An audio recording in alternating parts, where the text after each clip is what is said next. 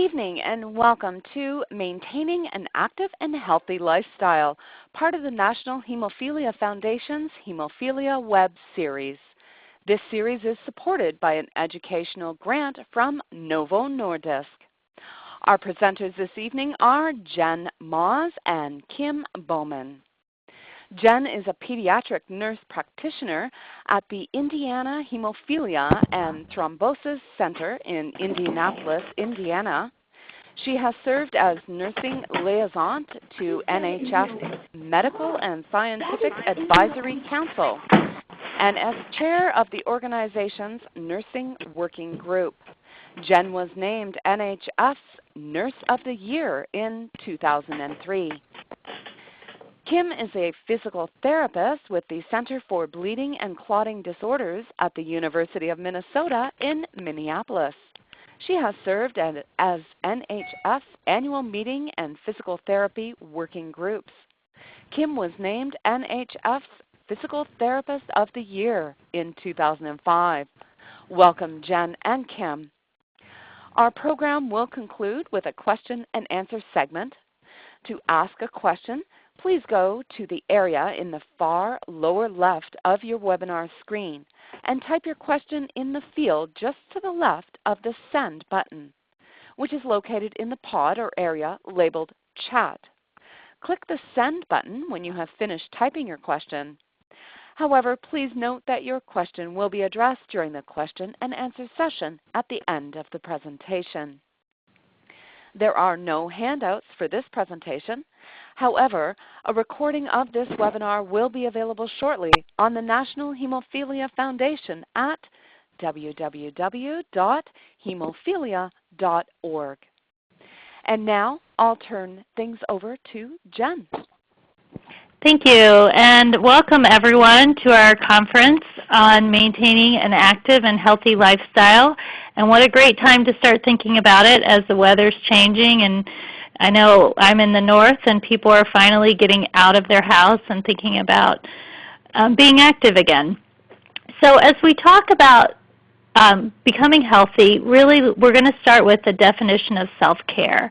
So what is self-care? And by self-care it could be taking care of yourself or taking care of your family. And it's really a personal choice in health maintenance. And it varies from person to person depending on what's important to you and your family. It's self-care skills are a subset of life skills, and they're really an extent to which you, your family, community engages in activities that improve health, prevent disease, help better manage your condition, and really if you're having problems, hopefully then it helps restore health. When we talk about how we support self-care, I mean, there's different ways to do it. The one is, the first bullet is really obtaining personalized information. So what makes you or your child different from anyone else? What works better for you that may not work for someone else? So really this personalization of healthcare is really the trend that we're going to, and it's the personalization of really lifestyle and fitness. Having monitoring devices. So I think a lot of us have pedometers. We see how far we walk. It helps motivate us. It makes us think about, gosh, I need to walk a few more steps today. We may have heart rate monitors, but there's different things that really give us a better idea of the interventions that we're doing and how that's helping us. Seeking advice, and that could be from someone face-to-face. It could be on Google. It could be, reading brochures and books, but there's a lot of ways to get advice on how to maintain a healthy lifestyle. And I think the biggest challenge is just figuring out what is sound advice and what is just something that you've read on the internet. Like, for example, my mom one time read an article where she thought chocolate was supposed to make you live longer. It sounds good to her. She likes chocolate, but maybe that's not really scientifically based. And then having support networks. So as you go toward a healthy lifestyle, are you interacting with people who have the same interests, who help motivate you to continue that? So really having those support networks is a very good way to keep that going, and that's what we're doing today really with this webinar series and NHF really promoting how to have a healthy life. So if we go back to just looking at general health care, so what can you do to take care of yourself? Scheduling a yearly physical with your primary care doctor. And really it's at that time where you can sit down, you can talk about the risk factors in your personal health, your family health history. It can really allow your physician to get to know you and to really have a targeted approach for you. So going back to the personalized advice, what's pertinent to you and to your family based on your history. Performing a focused exam, and then some screening tests. We're going to talk about a few screening tests. And using this and pulling it all together to encourage people to really know how to take care of their health and feel better.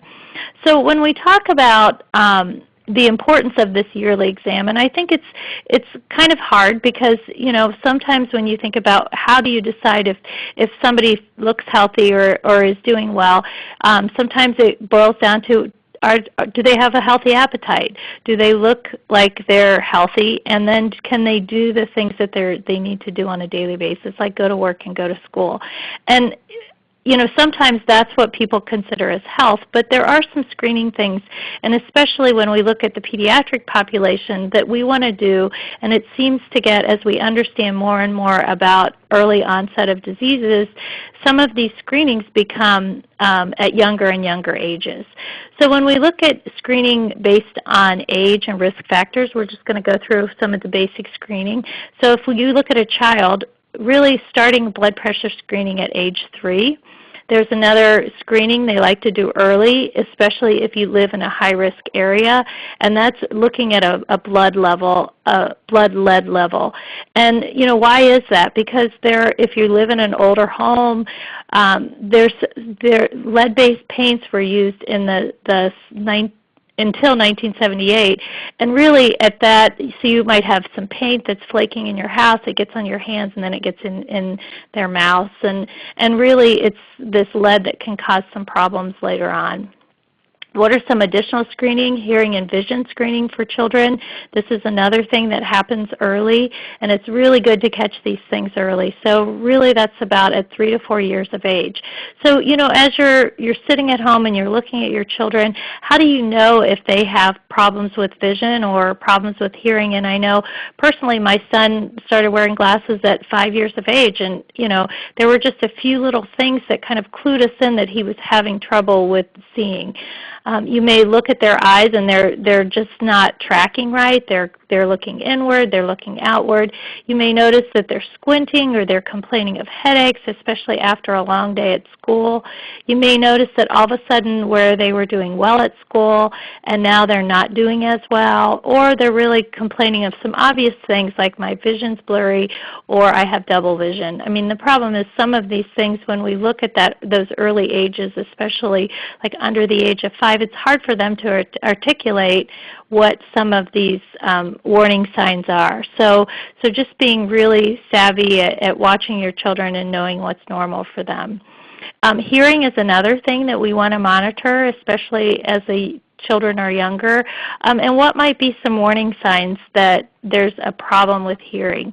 You may have a slow response to noises or voices, and that may be unusual for this age group. Now, if you have a teenager, that might not be so unusual, and it might not in a teenager really show you that they have a true hearing issue. But in the young child, you may have slow language or speech development. They may talk funny, so because they're mimicking back what they hear, and if the sound's abnormal coming in, it may be abnormal going out. The one thing that we're really seeing to become an issue is the headphones that kids are wearing. So listening to very loud music or just even loud music in headphones really can start to permanently damage children's hearing. So it's really important to kind of keep an eye on what they're listening to and how loud they're listening to it.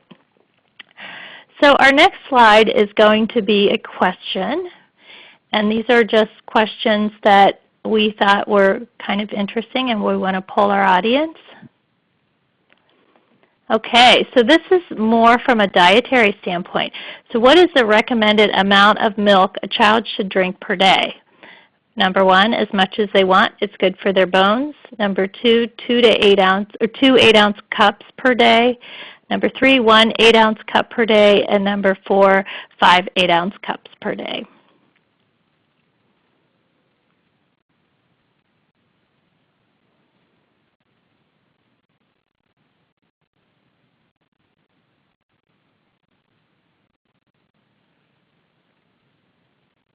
Okay, very good. So this is something as a pediatric nurse practitioner that I always want to be cautious about. You're right, really having 1 to 2 8-ounce cups per day is all of the milk that a child needs.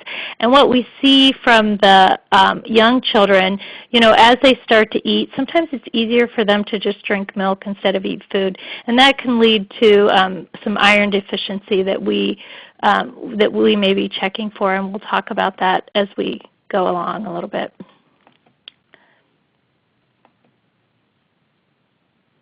Okay.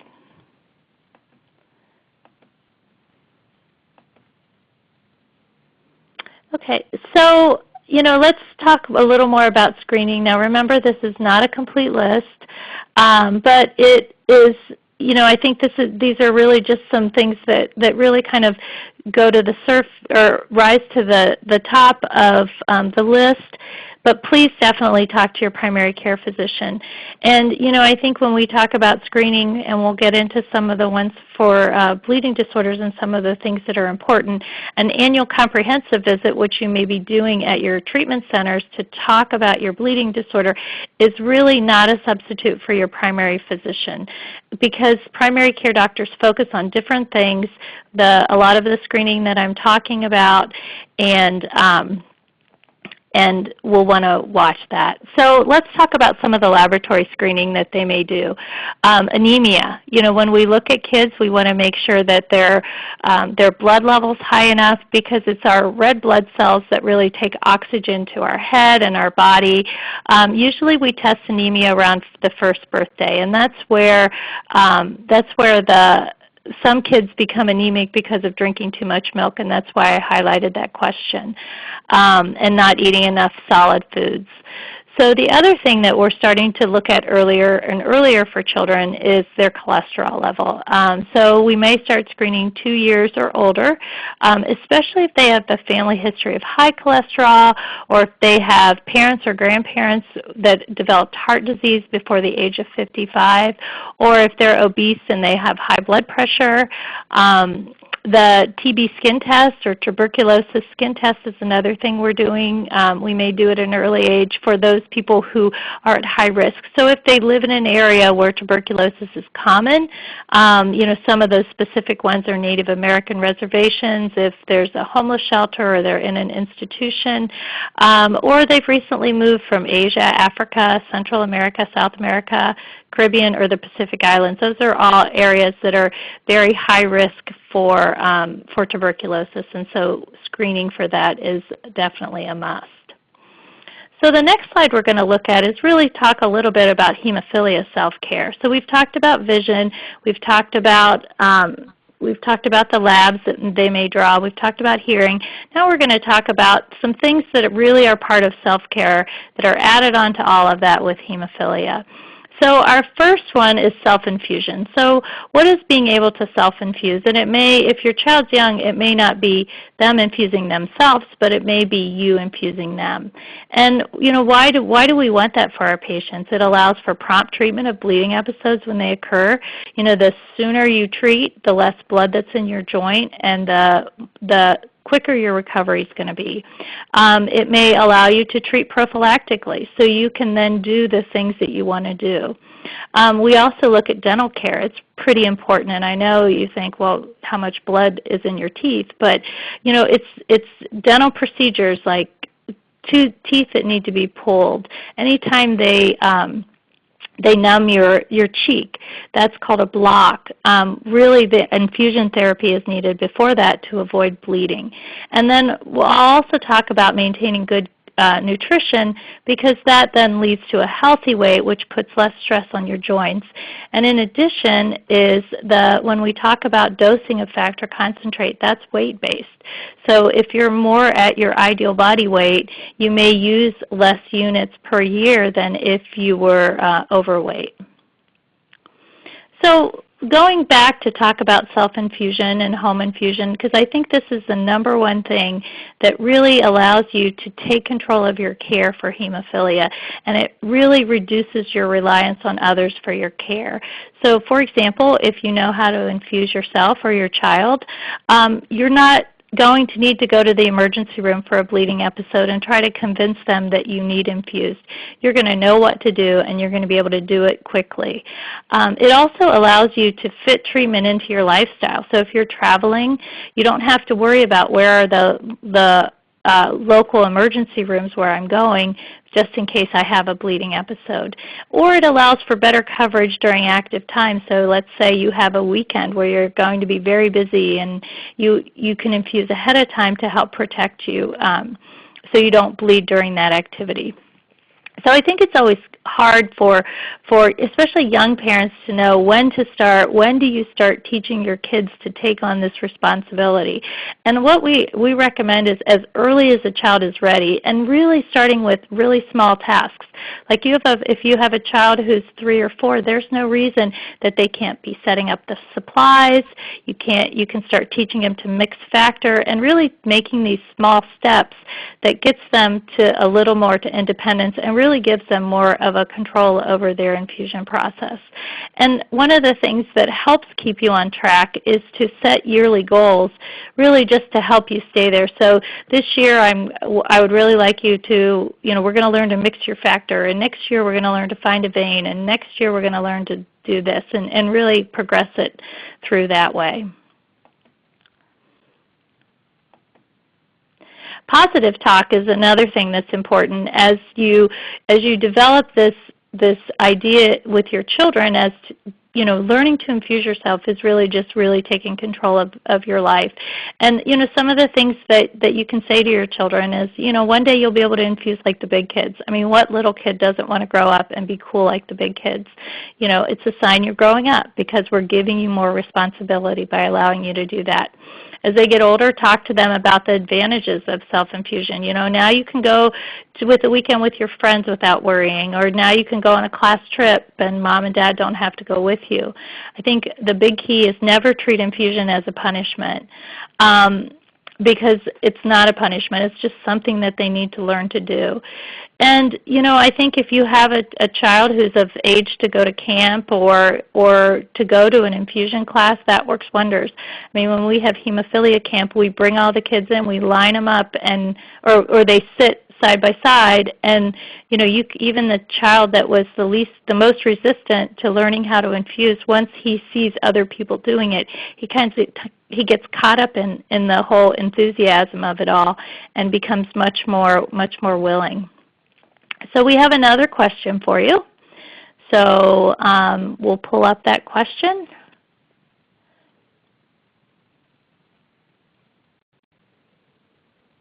Okay, so this question is, I do not have to worry about my child's baby teeth since they fall out eventually.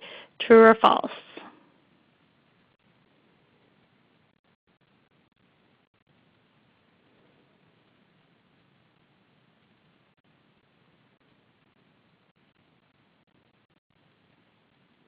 Oh, you guys are so smart. Yes, you're right. Baby teeth are very important.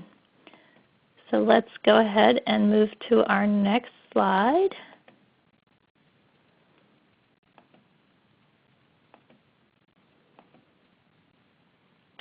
Okay.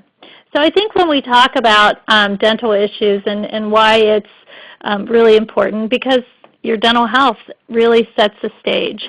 So taking care of your primary teeth, so those are your baby teeth. It helps make speech possible. It helps provide for good nutrition because you can eat what you want to eat. It aids in the normal development of the jawbone and the facial muscles, so they're real important to help line everything up. It adds to an attractive appearance, which is never a bad thing.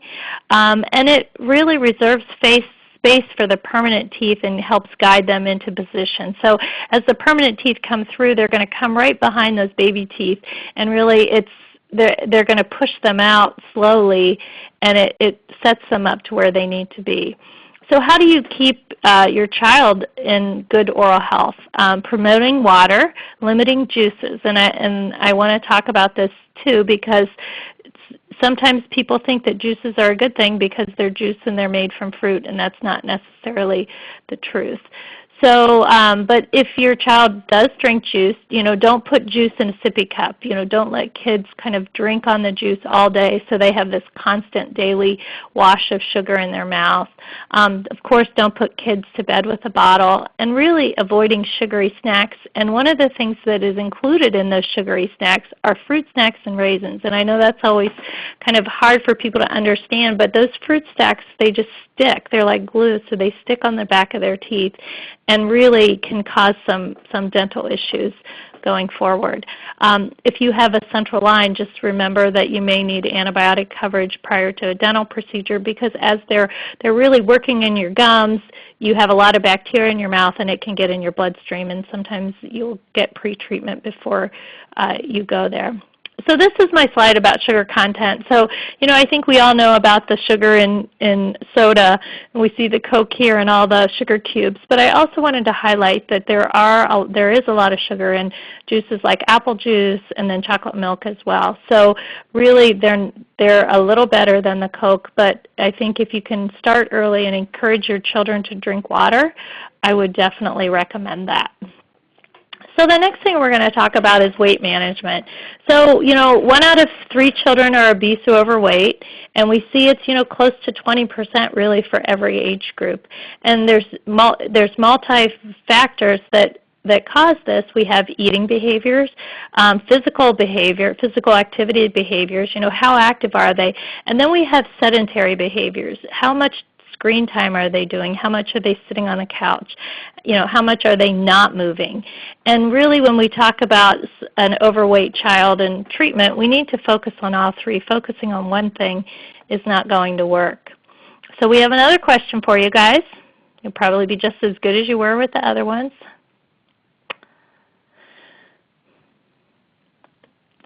Okay.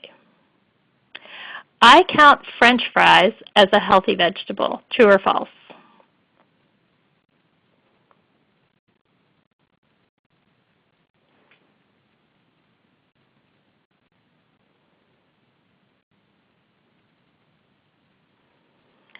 Very good. I didn't say good vegetable. I said healthy. So that's where we're, you are correct. It is a potato, but it's a starch, so it's not necessarily too healthy for you. Okay, so where to start when you're talking about weight management? Pick smart vegetables. So if we looked at the intake of the United States, 1/3 of the total vegetable intake consists of iceberg lettuce, so head lettuce, frozen potatoes, usually French fries, and potato chips. So if we looked at that, that's probably not the best choices. Iceberg lettuce really doesn't have a lot of calories, but it doesn't have a lot of nutrition in it either. Non-starchy vegetables, so when we think of starchy vegetables, that's like potatoes, of course, and some corn and peas. So really the other ones have that fiber that may help prevent obesity. Of course, decreasing soft drink intake. When we look at overweight youth, we know that their soft drink intake is usually greater. Not skipping breakfast. Reducing the intake of processed foods. And I know that's hard, especially when your children are young and you're a young family. It's so much easier to pop something from the freezer into the microwave and be able to feed your family, but really trying to reduce that if you can. Avoid frequent snacking. Snacking mostly causes high intakes of fat and sugar. And then eating at home, if that's possible. Frequent fast food is also associated with hidden calories and obesity. So bone health is something I want to talk about too, because this is really important, especially in our bleeding disorder community. So if your bones if you don't have good bone density or thickness, we call that osteopenia. And when you have osteopenia, you're more likely to develop really a significant bone loss if something's not done. And that leads to the more likely to break a bone compared to the normal healthy people with normal healthy bone density. And as we're finding more and more about this in the hemophilia community, we're finding that people with hemophilia have lower bone density. And it's, we used to think that it's because maybe you weren't as active because they didn't have prophylaxis 20 years ago, but we're seeing it's continuing to be a trend even though kids are on prophylaxis and they're very active.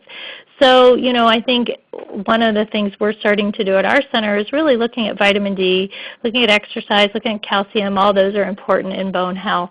And then for those that we're really concerned about, a bone density test really is something that's painless and really non-invasive. So I am going to turn this over to Kim, and she is going to continue with our presentation. Thank you. Okay, good evening. So we're going to start this part with another polling question about physical activity.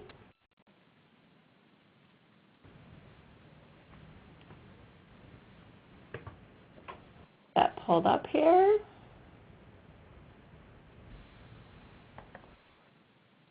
Okay, so physical activity is only important for kids who want to play sports. True or false?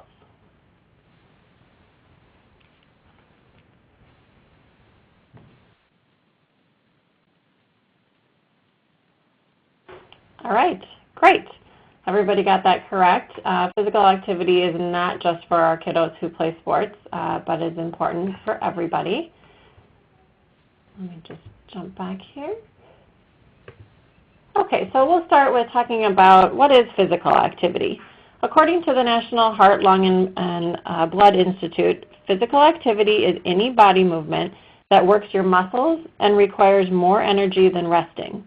So walking, running, dancing, swimming, yoga, and gardening are a few examples of physical activity. Exercise is just a more structured form of physical activity. So what's great about this definition is that anybody can do it. It's not, physical activity is not some extreme, crazy thing that people can't do, but anybody can do it. All you have to do is more activity than when you're resting, or possibly more activity than is currently built into your schedule. Okay, so why should we focus on physical activity specifically for our kids? There are a number of reasons. There are benefits, both general benefits and also benefits specific to kiddos with bleeding disorders. So on the general side, physical activity improves bone and muscle health, can help with weight control, as Jen already talked about. It was one of the 3 components of weight management. Can also improve mood and energy levels. Actually can have better energy levels if we have regular physical activity. Can also help with sleep. Our kids nowadays are so overprogrammed and have a hard time kind of shutting off, and being physically active can help kids sleep better. It's also very important to start young to develop a lifetime habit. So those of us as adults now know that sometimes it can really be a struggle to build that into your schedule. It's often the first thing that goes when we feel like we're too busy. We'll skip the physical activity for the day. But if it's something that kiddos have been doing since they were very young, it's just very ingrained in their schedule and develops a lifetime habit. Being physically active also reduces the risk of many chronic diseases. Heart disease, hypertension, cancer, diabetes, the list just goes on. And I know, we all want to do what's best for our kids, and being able to look back and know that there was something they did as a child that helped them with their health long term. And then there are also additional benefits specific to bleeding disorders. So since we know that blood is damaging to the joint, so we know when we have a joint bleed, the blood that's in there is foreign to the joint, and it's damaging to it. It leaves damage behind. So we want to do everything we can to keep those joints healthy.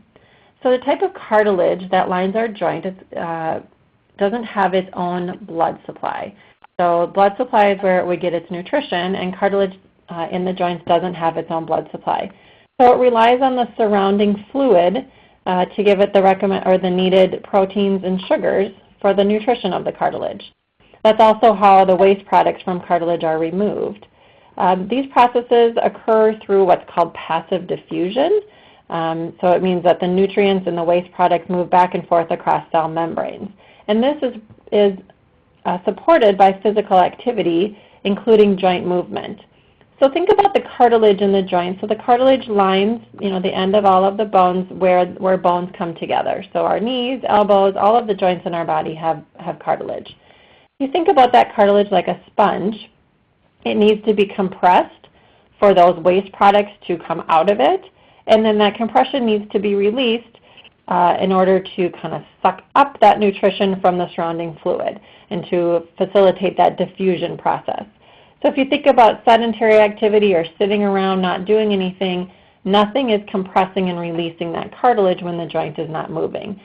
So we need to provide that necessary compression and release to keep our joints healthy. We also know that well-supported joints help us tolerate normal everyday activities better. So as our kids are running around and doing all the stuff they do during the day, if they have well-supported joints, they're going to tolerate that better. And having a strong musculoskeletal system, so having the strong muscles supporting the joints, does decrease or can decrease bleeding episodes, which is great in this population. So what does physical activity look like? What are we talking about? So there are some national health and safety performance standards that are put out. These are specific to child care, early education programs. So these are during the hours during the day that your kids would either be in a program at a daycare, in a child care program, or for stay-at-home parents, it's those hours during the day that you're trying to fill their time. So in addition to these recommendations, there's also the evening activities that we need to think about. But according to these National Health and Safety Performance Standards, the specific time recommendations don't start until kids are a year old. So that infant to year old, we're not trying to schedule specific physical activities. But starting at age 1 up to 3, kiddos need to get 60 to 90 minutes a day of moderate to vigorous activity. Again, this is during the day, doesn't include the time in the evening. And then once they hit 3 up until age 5, so up until school age, it's 90 to 120 minutes a day of moderate to vigorous activity. So what does that mean for this birth to age 5? That's providing activities, an opportunity for activities, a variety of them between moderate to vigorous. These activities can help promote their gross motor skills, their movement skills. They also, for younger children, we don't have to worry so much about having a specific, formal strength training. It's nothing like that. It's just providing the opportunities for the physical activity that they need. This should include active outdoor play 2 to 3 times a day, which is a lot, especially stay-at-home parents who are trying to keep their kids active. It's not necessarily a rigid program like maybe a child care setting would be, but making sure to incorporate that 2 to 3 times a day of active outdoor play, things that, such as walking, running, climbing, jumping, all those things that kiddos do. And then also during the day, 2 or more structured activities that include movement. So some ideas are things like scavenger hunts, playing a game of Twister, playing hide and go seek, or kids these days are really liking the geocaching, which is another way to have activity but also more structured. What about activities on wheels at this age? So most kids can start pedaling between age 1 to 3. They have the physical control, the gross motor control to do that, and then can transition to riding a tricycle, usually ready to do that by age 3. The transition from a tricycle to a bike, varies from child to child, but can take a few years to transition from one to the other. Average age for that is age 5. Some things that we can do to help kids make that transition to a 2-wheeled bike from a tricycle. There are the balance bikes now. So these are bikes that don't have pedals, don't have brakes, teach kids their balance. They can learn balance and learn how to steer So instead of having a parent run behind holding the back of that banana seat like we all did, instead there's these balance bikes now that they can try and slowly transition to that two-wheeled bike. You can also make a balance bike. You don't have to purchase a separate thing. Whatever bike they're going to be riding, you can remove the pedals and lower the seat, and it'll act similar to a balance bike. Other ideas, if you're going to be doing a bike with training wheels, is to gradually keep raising the height of the training wheels so they tip a little more side to side before that training wheel contacts the ground, which again will teach some of that balance. As far as skating, this will vary a lot from child to child. You want to look for things like how is their balance and coordination in other activities? Do they seem like they're fairly coordinated? How is their strength? Do they have that strength developed yet or not? And their attention span. You don't want to put a kid on skates that's not paying attention and is going to be going one direction and looking the other, but a child that's a little bit more prepared to handle that. Also consider things such as roller skates versus inline skates. The inline, you only have one set of wheels, so the balance there and the ankle torque that has, you need to make sure that the children have really strong ankles to be able to support inline skating. Average age that kiddos can try roller skates, usually around age 5 or 6, they're ready for that. Once they hit school age, the physical activity guidelines change. So the Division of Nutrition, Physical Activity, and Obesity, which is a component of the Center for Disease Control, comes out with guidelines that they update frequently. And this is the physical activity for the full day for kids age 6 until adult, so 6 to 17. They recommend getting at least an hour, so 60 minutes of physical activity every day. This should include aerobic, muscle strengthening, and bone strengthening. The aerobic activity should be the majority of that 60 minutes, but the other things can be included in there and should be included in there as well. At least 3 times a week, the intensity of the aerobic activity should be rated as a 7 to 8 out of 10 or considered vigorous activity. One way to rate that is a talk test. So if you can sing when you're doing activity, that's low intensity. If you can talk but not sing, that's moderate intensity. And if there's difficulty talking or finishing a sentence without stopping to take a breath as you're going along, then that's going to be your vigorous activity. As far as the muscle strengthening, for kids, lots of different games, tug of war, being out on playground equipment, rope climbing, lots of ways to get that muscle strengthening, resistance exercises, modified push-ups with knees on the floor, especially for those older, kind of preteen teenagers, lots of ways to get the muscle strengthening. And then bone strengthening, this is those activities, the hopping, skipping, jumping, games, or jumping rope, and then sports. Lots of sports include the bone strengthening, that running, hopping, jumping, volleyball, basketball, gymnastics, tennis. A lot of those incorporate all of those activities into it. The good thing about these requirements are that many activities combine those 2 to 3 categories together. So for example, you get both the aerobic and the bone strengthening in that one activity. With gymnastics, you get the bone and muscle strengthening and aerobic all in that activity. In basketball, volleyball, those types of sports can get bone strengthening and aerobic. Once we move into adolescence, many adolescents will get their physical activity from team sports or hopefully from some PE classes at school. And some of those sports will include a structured weight program, which can help with that bone strengthening. There's also some activities such as biking or basketball that can be done at either a moderate or a vigorous intensity. So as they're trying to get that vigorous intensity 2 to 3 times a week, it'll depend on their level of effort.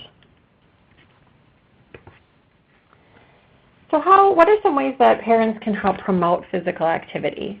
One thing is to be a role model yourself for physical activity. So not just telling the kids to do it, but actually participating with them or having them see that this is something that you do as well. And that's by, including the family or including their peers. So having it be fun. If they're doing something with family, with friends, that it makes physical activity much more fun. Also providing the opportunities to be active and the equipment that's needed. So having there be things outside that make the kids want to go out after school and play something outside versus sitting down in front of the TV. And along those lines, turning off that TV or limiting the screen time, especially during hours where the sun is out, times where they could be outside and be more active. So really limiting that screen time. And then make sure to include your hemophilia team and the physical therapist on your team. Let them help individualize programs if there are any specific joint issues to help keep your child active. I include this activity pyramid. It's very old. It's something that we've used for a long time. It's been in the literature for a long time. 1997, you'll see there. But I like it because we're all familiar with the food pyramid from when we were younger, and I just like the way that it's laid out and that it has the 3 different categories of, kind of where to start. So if you're inactive, if your child's really inactive, looking at the bottom of the pyramid, just easy things to start. So parking further away, taking the stairs instead of the elevator, walking the dog, just finding, creative ways to increase activity just to get things started. If kids or families are a little sporadic with their activity, you look kind of more in the middle of the chart there and being more consistent with those things. So finding activities that you enjoy, planning those activities into your daily or weekly schedule, and setting some realistic goals. And then if you are consistent, you want to look at being careful not to get stuck into boredom. So changing up the activities, finding lots of different things on this chart, and there are hundreds of other activities that could be on here as well. But finding ways to explore new activities, and of course, above all, as it says, having fun. And I like the pyramid idea. Up at the top are the things that you're limiting, so the TV, the computer games, the iPads, all of those things that are taking our kids' time. And then as you go down the pyramid, things that you want to do more and more and more, looking at the bottom, things that should be done every single day to help promote physical activity. So now we have another question, a sporting question.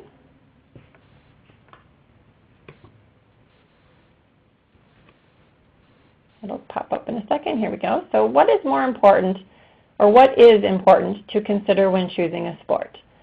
Target joints, sport-specific risks, lifetime involvement, participant-related risks, or all of the above?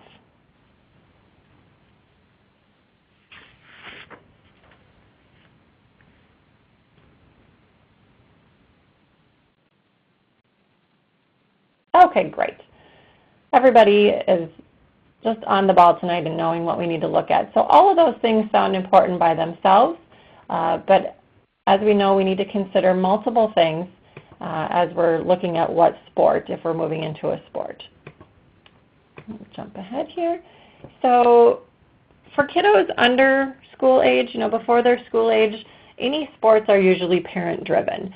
So the choice is going to be made by the parents, the choice to participate in a sport in the first place, and then the specific sport is going to be much more parent-driven.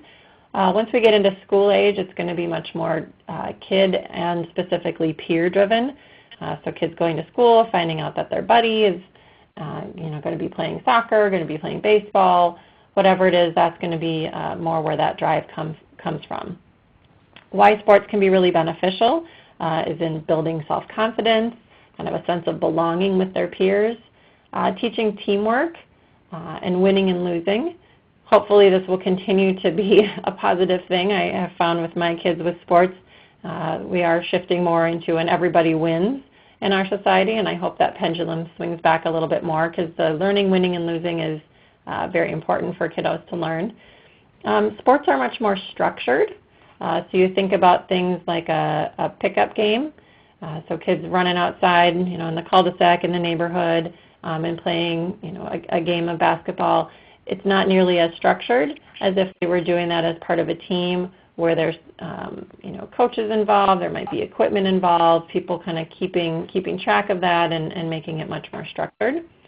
There are often built-in strengthening programs, so they're not having to seek that out separately. And then the safety equipment that comes with sports.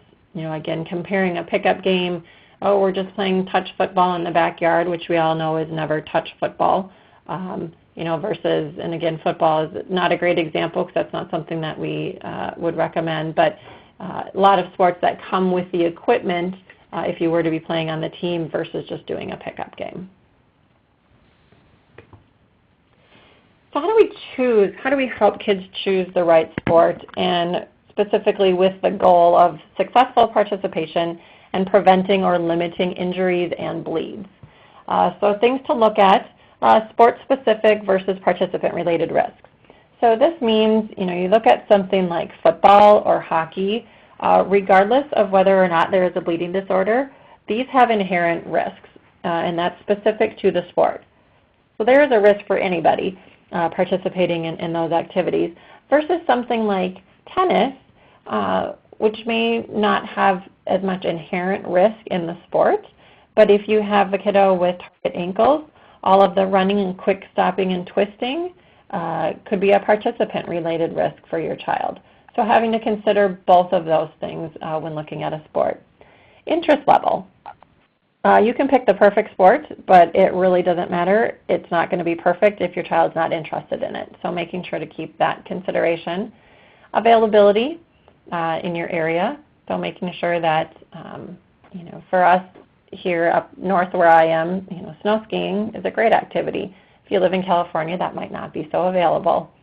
Target joints, bleeding frequency. So looking ahead of time at what the issues might already be in your child, where you're seeing more bleeding frequency, and staying away from sports that have a higher potential to aggravate those joints. Lifetime involvement. As I talked about earlier, setting kids up early on to continue being physically active throughout their life.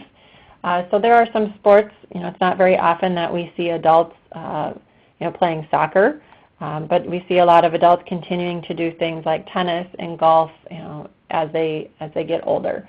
So thinking about something that could be continued on outside of high school and college years. Considering things like the progression with age. Some sports start out not a lot of contact, pretty easy, not a very hard schedule, and then as kids get older, the intensity of it increases, the competitiveness, the impact of all of those things progress significantly when kids get into the high school years. And so considering that when they're young, and thinking about if you want to get your child involved in something that may need to be taken away once it becomes too much impact when they get older. Looking at things like recreational versus competitive options. A lot of sports have both, where recreational will maybe have fewer practices, fewer games during a week, just be a less intense level, where a competitive, lots and lots of practices, lots of games, maybe becoming more of a year-round versus a seasonal activity, which happens with a lot of sports these days, that the expectation is that the child continues it year-round, which can be very difficult on joints, muscles. Also looking at potential for impact. Impact with the surface, so in soccer, falling down, impact with other players, and that's where, football and hockey really are not on the list because of you have to impact other players, that's the point, and impact with equipment, so the ball, whatever it is that the sport requires. And then finally looking at, organized versus pickup games, and I mentioned this earlier, but often having an organized sport can be better because it will come with the equipment, will come with the instruction from a coach. Coach is there monitoring what's going on versus the pickup games. So often you'll hear parents say, oh, they're not going to do any sports, it's really not safe. They're just, going to kind of play something with their friends in the neighborhood. And those can sometimes be more dangerous situations. Okay, so how do we make sports and activity safer for kids? One thing to look at is equipment. The rule that I often tell kids, and certainly I've told my own kids, but I think is a great rule to have, is a helmet for anything on wheels. So a helmet is not just for biking, but we've got the roller skating, the inline skating, downhill skiing. Fortunately, for those of us that grew up, that are in our 30s, 40s, 50s now, nobody wore a helmet. Fortunately, nowadays, kids are wearing helmets for all of these things, so they're not going to be the only one. It's becoming a much more accepted thing. But having that be an expectation and something that you start with them very young, as soon as they get onto a bike, they have a helmet on their head, they will associate those things. Looking at the required versus recommended equipment. For example, in baseball, there's the batting helmet.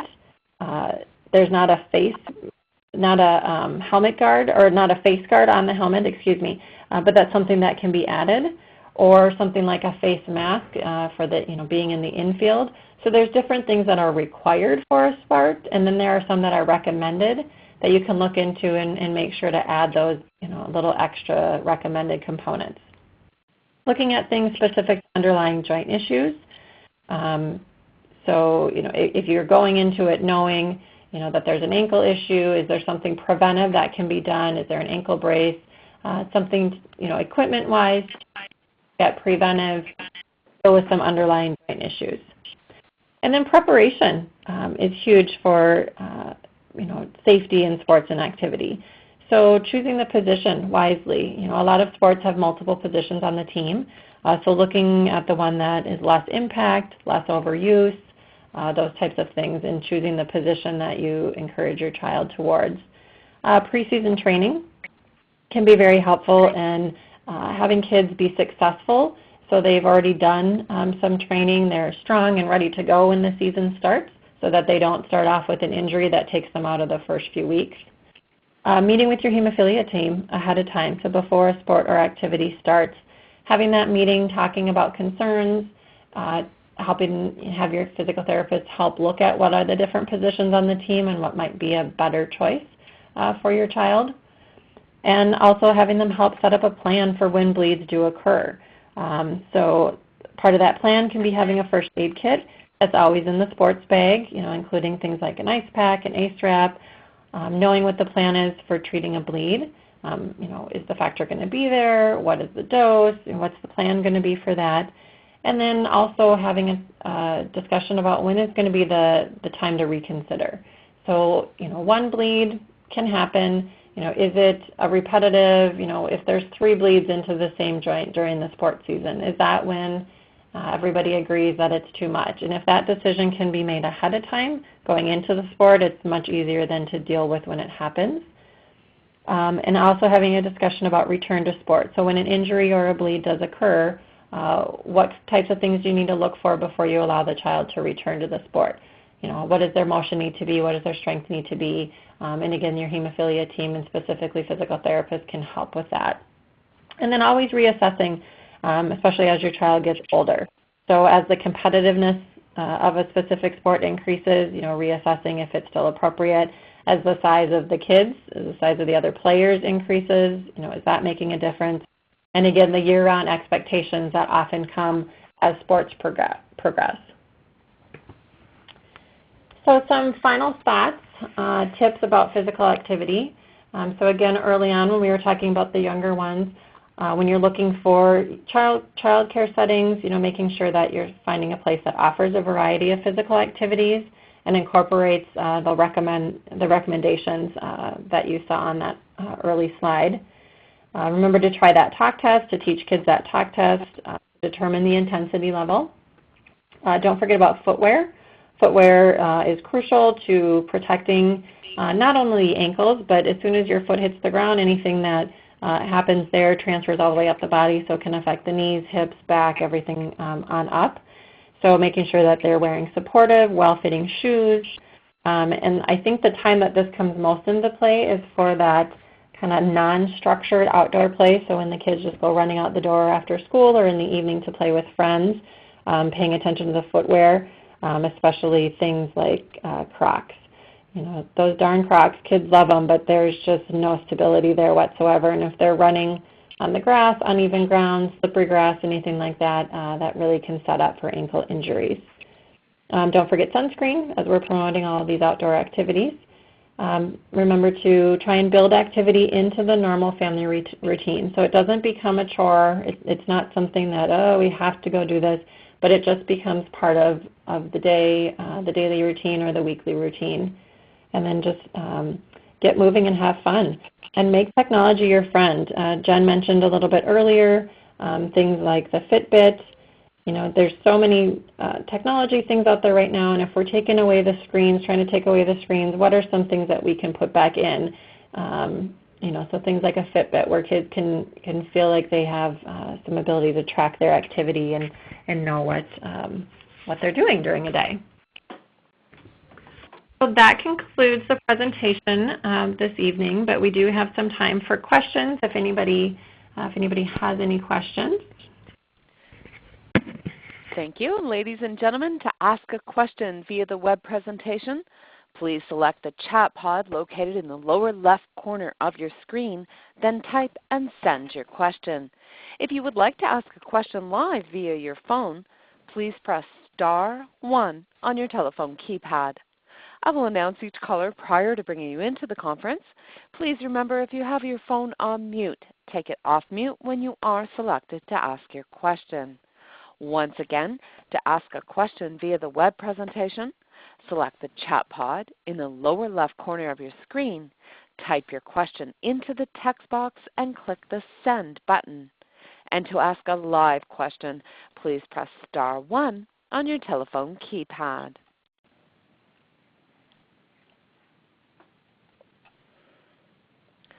Our first question from Samantha. Should potential for gum bleeding discourage someone with hemophilia from flossing? That's a great question. I'll take that one. This is Jen.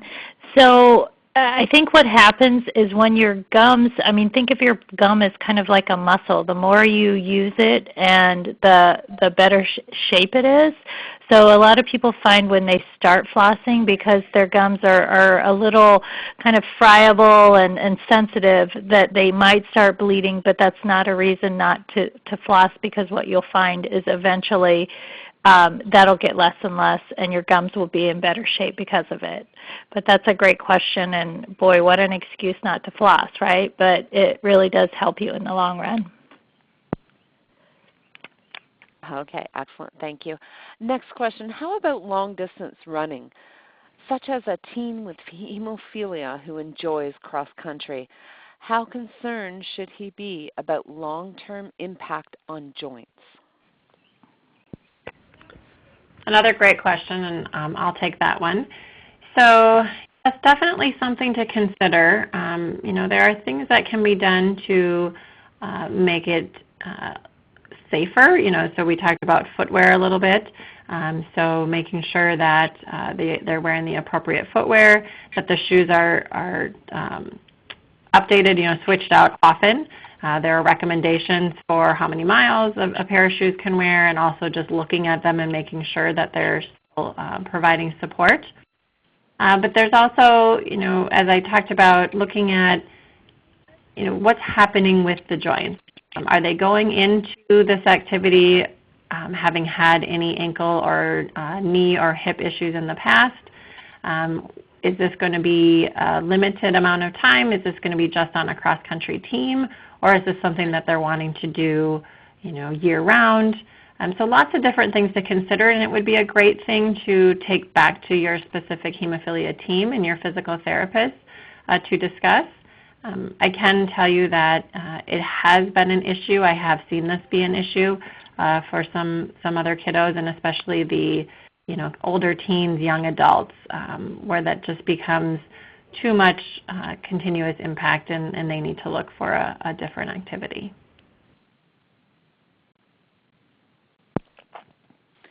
Okay, thank you.